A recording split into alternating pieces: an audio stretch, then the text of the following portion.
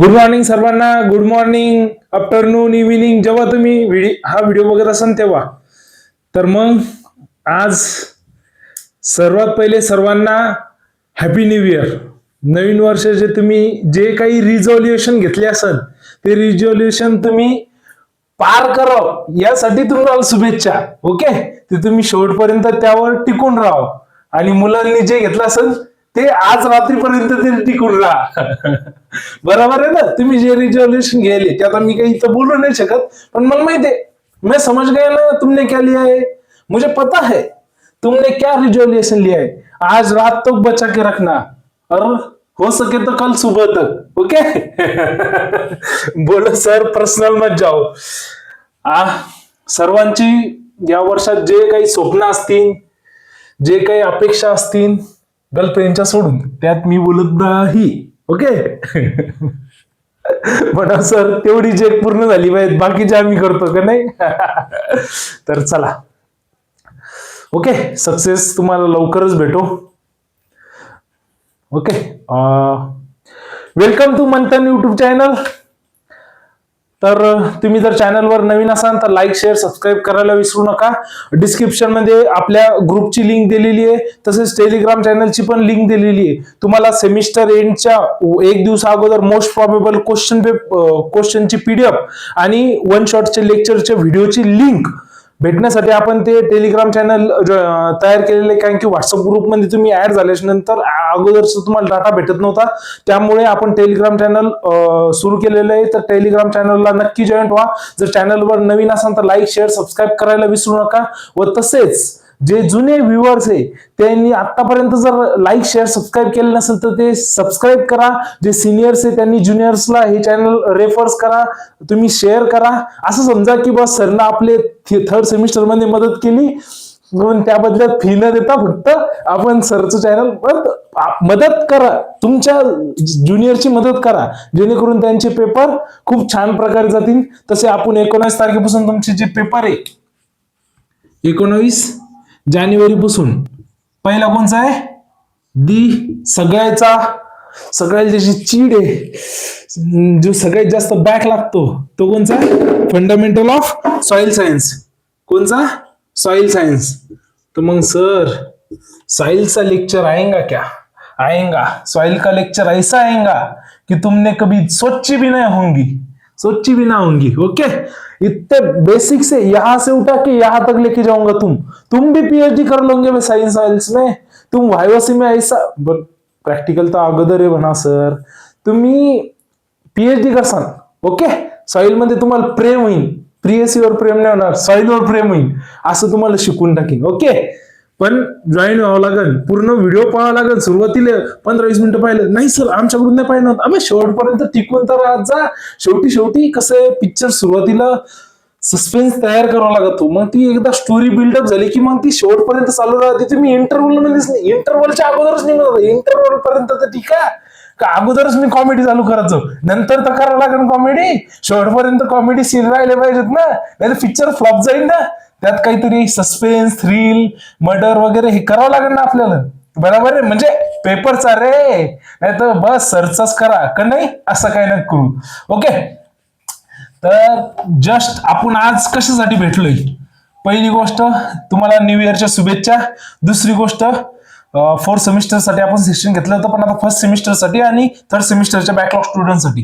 तर बॅकलॉगच्या स्टुडंटला भीती घेण्याची जरूरत नाही. बॅकलॉगचा जो सगळ्यात महत्वाचा प्रश्न होता, सर कोण्या पेपर पॅटर्न नुसार आमचे पेपर होतील, तर हो, तुम्ही जे जुन्या पेपर पॅटर्न मध्ये दिले त्याच पेपर पॅटर्न मध्ये 99.99% त्याच पॅटर्न मध्ये 0.1% चेंज होऊ शकतो. ओके, जर फर्स्ट सेमिस्टरचे स्टुडंट असाल तर आता त्यांच्यासाठी सर पेपर कसे द्यायचे, पेपर कसे लिहायचे, सर 3 तासात पूर्ण पेपर लिहून होईल का, कारण की लेंदी पेपर या लागले. बरोबर आहे ना. थर्ड सेमिस्टरचे तुम्ही पेपर रेफर करू शकता, लेंदी पेपर या लागले, क्वेश्चन सगळ्याच पॉईंट बनवून या लागला. असं काही नाही की सर मोस्ट प्रॉबेबलच.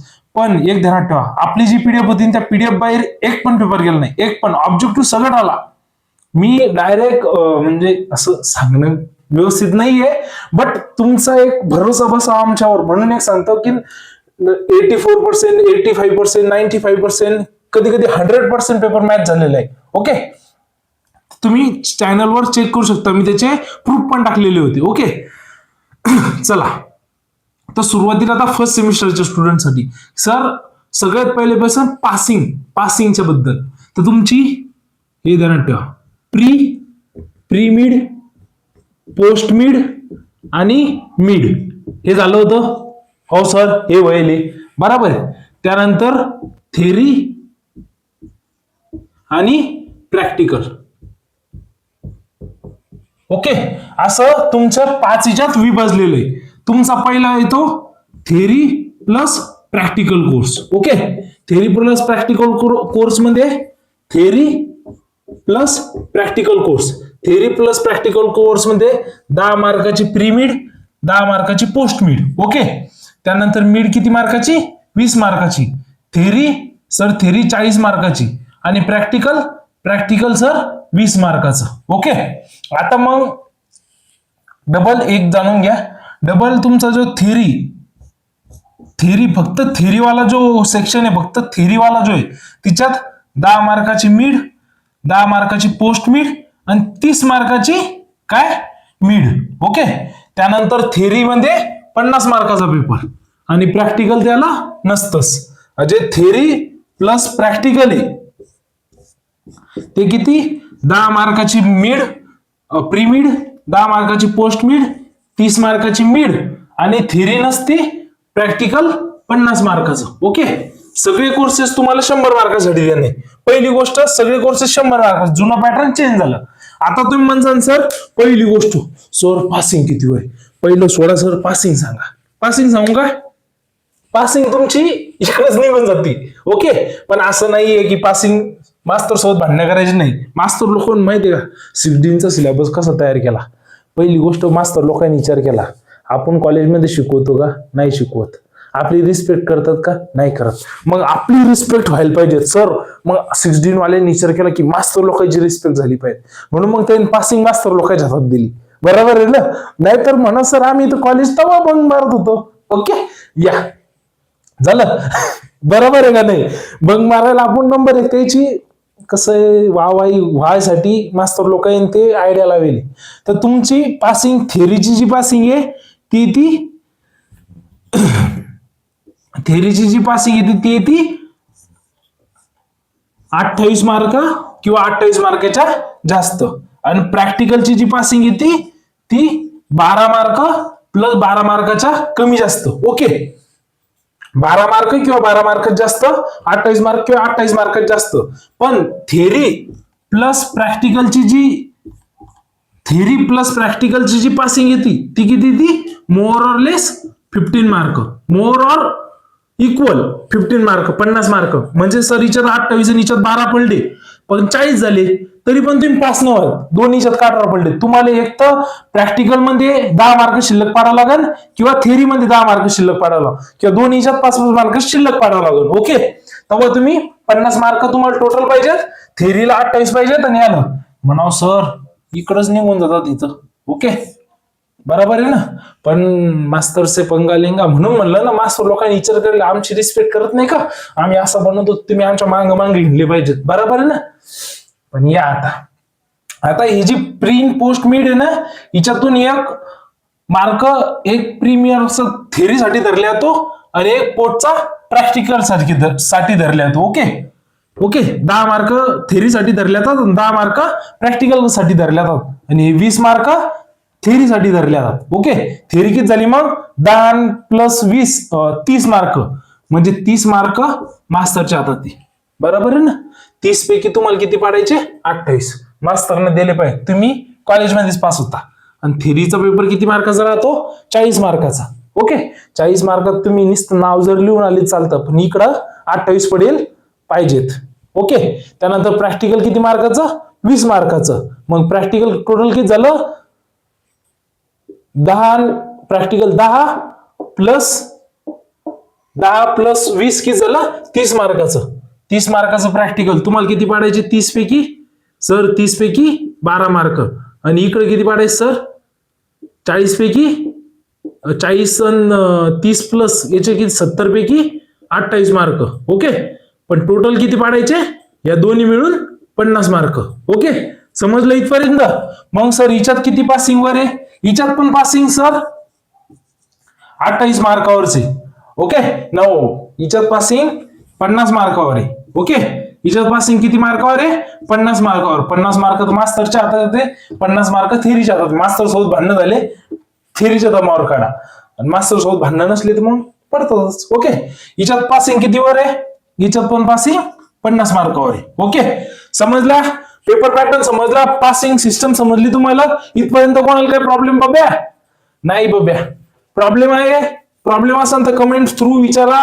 माझा पर्सनल कॉन्टॅक्ट नंबर आहे मंथन ग्रुपमध्ये, तिथून तुम्ही मला मेसेज करू शकता, कधीही कॉल करू शकता.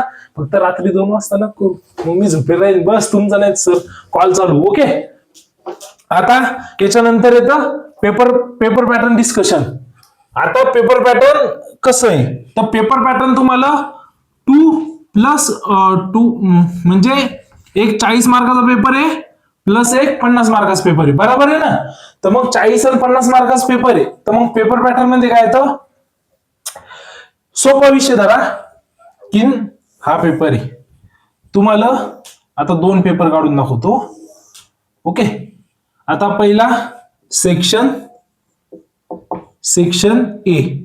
सेक्शन ए मध्ये 40 मार्काचा पेपर आणि 50 मार्काचा पेपरचं तुम्हाला कॅल्क्युलेशन दाखवतो. ओके, सेक्शन ए मध्ये काय येतं? किती क्वेश्चन येतील? 6 क्वेश्चन. 6 मधले सोडवायचे किती? 4. 4 ला मार्क किती? 6. 6 चौक 24. मग इथं मार्क किती?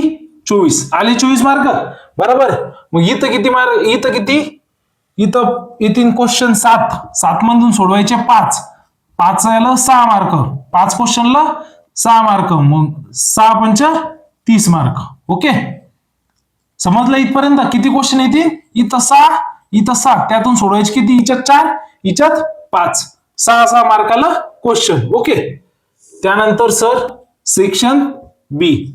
सेक्शन बी मध्ये काय येतं? सर सेक्शन बी मध्ये आता हे 6 मार्काचे क्वेश्चन. मग सेक्शन बी मध्ये किती क्वेश्चन येतील? सर सेक्शन बी मध्ये 5 क्वेश्चन येतील. 5 मधून सोडवायचे 4, 2 मार्काचा क्वेश्चन. 4 2 8 मार्क. इथं किती येईल सर? 6 क्वेश्चन येतील. मग इथं सोडवायचे किती? 5 गुणिले 2 मार्क. 2 मार्क मग 6 2 10 मार्क. ओके, किती मार्काचा क्वेश्चन? 2 मार्काचा. 2 मार्काचा. सेक्शन बी किती मार्काचे? 2 मार्क. 2 मार्काचे क्वेश्चन. Okay, total 8 mark. हा किती मार्काचा? 6 मार्काचा. ओके, क्वेश्चन क्वेश्चन सांगायला लागलो. टोटल 24 मार्काचा, टोटल 30 मार्काचा. त्यानंतर section C. Sir section C मध्ये 2 पार्ट केलेले, 2 क्वेश्चन येतील. क्वेश्चन नंबर समजा 13 म्हणजे 12 आणि 13. क्वेश्चन नंबर 11 आणि 12. 11 आणि 12. मग 11 हिच्यात 4 मार्कासाठी आणि 12 4 मार्कासाठी. ओके, मग सर हिच्यात क्वेश्चन किती येतील? तर हिच्यात क्वेश्चन 8 येतील किंवा 10 येतील. सब क्वेश्चन ते आता इथं व्हॅरी करतं. 0.5 मार्कचा एक क्वेश्चन किंवा 1 मार्कचा एक क्वेश्चन. इथं पण 0.5 मार्कचा एक क्वेश्चन किंवा 1 मार्कचा एक क्वेश्चन. ओके, मग टोटल किती झाले सर? सर 8 आणि 24 म्हणजे 24 आणि 8 सर झाले 32. 32 आणि 8 झाले सर 40. ओके, मग इथं किती मार्काचं येतील? इथं मग सर इथं क्वेश्चन वाढत राहतील. ओके, क्वेश्चन वाढून राहतील. तर मग इथं टोटल किती मार्क येईल? 4 आणि 4 8. ओके, तर मग 4 मार्काचं नाही तर इथं किती किती मार्काचे येतील? 5 मार्काचे. 5 + 5. एक क्वेश्चन 11 नंबरचा आणि हा 12 नंबरचा. ओके, 5 मार्क आलं. मग किती झाले? 10 मार्क. ओके, मग टोटल किती झाले? 30 आणि 10 40. 40 आणि 10 50. ओके, समजलं? मग तुम्हाला सर सेक्शन सी मध्ये काय लेंदी येईल? कारण की 10 आणि 10 20 क्वेश्चन, 20 ऑब्जेक्टिव्ह येतील तुम्हाला. जर त्याच्या मनात जर असं 20 ऑब्जेक्टिव्ह देऊ शकतात.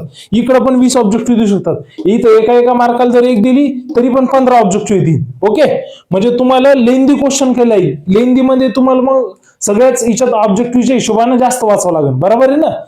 हे इकडचे क्वेश्चन पण तुम्ही सोडवसाल, इथलचे पण सोडवसाल, हे दोन तरी इझी जातील. पण प्रॉब्लेम फसणार आहे तुमचं इथं.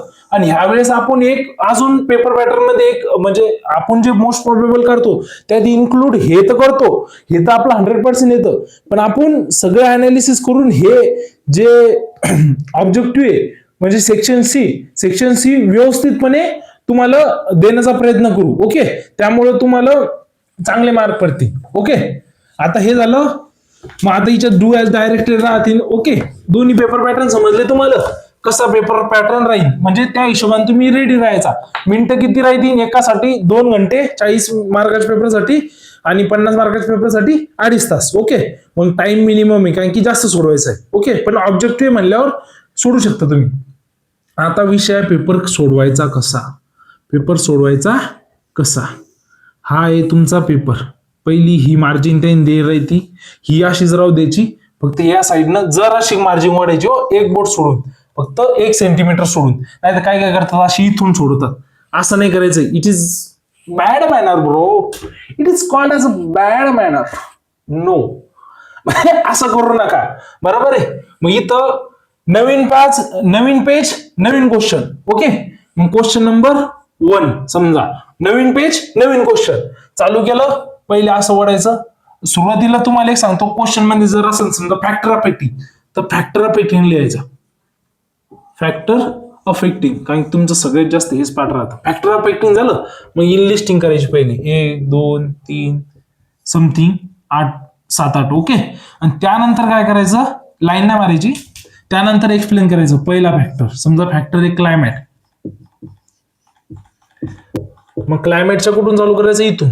मग एक लाईन न सोडता इथून चालू करायचं की क्लायमेट इज समजा रेनफॉल वगैरे अशा गोष्टी अशा इथपर्यंत लिहायच्या. डबल इथपर्यंत अशा टोटल भरत लिहायचं. ओके, हे कसं व्यवस्थित वाटते. म्हणजे मी अशाच पॅटर्न लिहिले म्हणून सांगतो की यानं कसं होत आहे, कोणी क्वेश्चन चेक करायला आला तर एवढं पाहिजे करेक्ट. मग इकडं खाली असं वाचत बसत नाही. त्याला माहिती आहे ऍव्हरेज 1 आणि ऍव्हरेज मार्क देतात.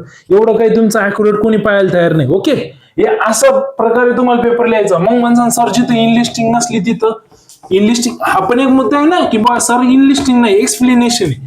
तर एक्सप्लेनेशन मध्ये तुम्हाला सर समजा डेफिनेशन आली तर पहिले डेफिनेशन लिहायची. डेफिनेशन समजा आता नॅशनल फार्मिंग आहे, तर क्वेश्चन सोडवताना क्वेश्चन 1 त्याचा आन्सर, मग इथं लिहायचं नॅचरल फार्मिंग, त्याची इथं डेफिनेशन झाली. इथून चालू करायची, एक ही लाईन सोडून द्यायची, इथून चालू करायची natural farming dash dash dash dash dash dash dash dash dash. Okay, 2 line सोडायच्या. What is about natural farming, तर मग हॅशटॅग असं लिहायचं, concept about natural farming. Okay, natural farming. त्यानंतर पहिला point, natural farming is this. Okay, त्यानंतर एक line सोडायची. दुसरा पॉईंट दिस. डबल एक लाईन सोडून द्यायची. हा पॉईंट फक्त एका लाईनीच नका लिहून, कमीत कमी मिनिमम ऍज अँड दोस दास, जे तुम्हाला जेवढी इंग्रजी जेवढी शिकले तुम्ही तेवढी ते करा. आता विषय राहिला सर पेपर पण कसा लिहायचा समजला, पण सर आता अभ्यासच सांगा की अभ्यास करायचा कसा. महत्वाचा प्रश्न तोच येतो. पहिले तर मोबाईल पाहणं बंद करायचं. असं सर होऊ शकणार नाही, ते सोडून बोला सर, ते मग आपल्या सोबत पण होत नाही. ओके, मग तिच्यासोबत बोलणं बंद करा. ते तर होणार सर, तीच अभ्यास करते, ती टॉप मारून तुम्ही फेल होसान त्याचं काय पोर हो पप्प्या हो. अरे यार या, तर पहिली गोष्ट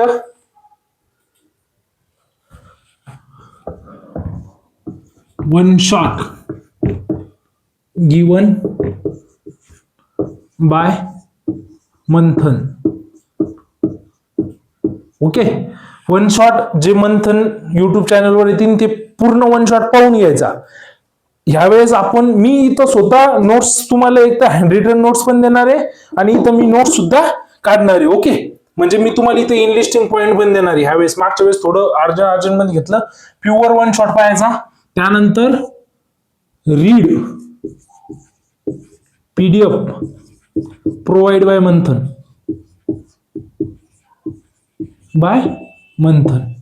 ओके, मग सर एवढं केलं होईल, तू पास तर होशील.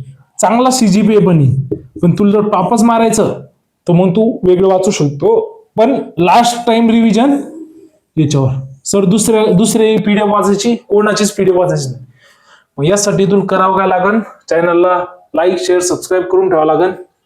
बॅकलॉगच्या स्टुडंटसाठी पण एकच टाइम टेबल हाच राहीन माझ्या हिशोबानं. तुम्ही रेडी राहा. ओके, हम भी रेडी होके. मी पण पेपर आहे सध्या, मी पेपर झाले तुमचे पेपर. We are ready. प्रॅक्टिकलचे पेपर कसे लिहायचे याचा पण प्रश्न आला असेल ना कोणाला. शेवटपर्यंत जर थांबले असेल तर, जर पहिलेच पळून गेले असेल तर मग काहीच नाही विषय, पण शेवटपर्यंत थांबले असेल सांगतो. प्रॅक्टिकलचे पेपर असे लिहायचे की मास्तरला वाटलं पाहिजे वाव व्हॉट अ पेपर. फक्त असे लिहायचे, भरून भरून लिहायचं. काय लिहायचं, फक्त मास्तरला सोडून सगळ्याला शिवाय मास्तरची वाहवाही करायची. Sir you are a very gorgeous person in the world. Okay, खरंच लिहिसन. हा ना, माहिती भरपूर लिहायची. ओके, पाठ करत बसायचं नाही कोणती गोष्ट. यू आर मारिंग रट्टा तो फुल जाएंगे इन पेपर, अगर तुम भूल जाएंगे इन पेपर तो पेपर लगेगा बैक, इसलिए नोट मारिंग रट्टा. समजून घ्या, समजून घ्या. आणि ज्याला अडचणी ती त्याने मला पर्सनल कॉल करू शकता, पर्सनल मेसेज करू शकता एनी टाइम. 12च्या आणि 5च्या सोडून, 12 ते 5 रात्री, 12 ते 5 सोडून कधी अभ्यास करू शकता. पेपरच्या वेळेस 12 ते 5 पण केला चालतो, पण साध्या दिवसात तू झोपू दे. पेपरच्या वेळेस मीच जागीन तुमच्यासाठी. ओके, अजून तुम्हाला कशाबद्दल जर व्हिडिओ लागत असेल तर कमेंट मध्ये नक्की सांगा. धन्यवाद. लाईक शेअर सबस्क्राईब करायला विसरू नका रे.